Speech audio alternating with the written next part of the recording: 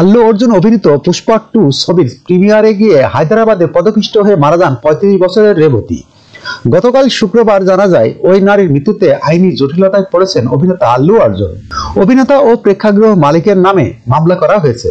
তবে নিহত ওই নারীর পরিবারকে 25 লাখ রুপি সহায়তা ঘোষণা দিয়েছেন আল্লু অর্জুন।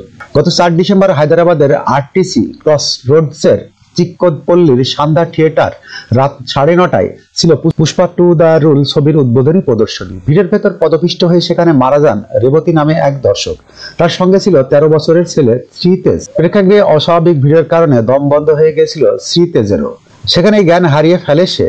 ঘটনার 2 দিন পর দুঃখ প্রকাশ করেছেন দক্ষিণী ভারতীয় সুপারস্টার আল্লু অর্জুন। গতকাল নিজের এক্স হ্যান্ডেলে অর্জুন জানান নিহত নারীর পরিবারকে 25 লাখ রুপি সহায়তা দেবেন তিনি। পাশাপাশি আহত ছেলেটির চিকিৎসার ব্যয় ভার বহন করবেন। আল্লু অর্জুন লেখেন, তিনি মর্মাহত। শোকাহত পরিবারটির সঙ্গে নিজে গিয়ে দেখা করা সহ তাদের জন্য সব ধরনের সহায়তা করবেন তিনি। যখনকার খবর তখনই দেখতে চোখ রাখুন সুন 24 টিভিতে। চ্যানেলটি সাবস্ক্রাইব করুন।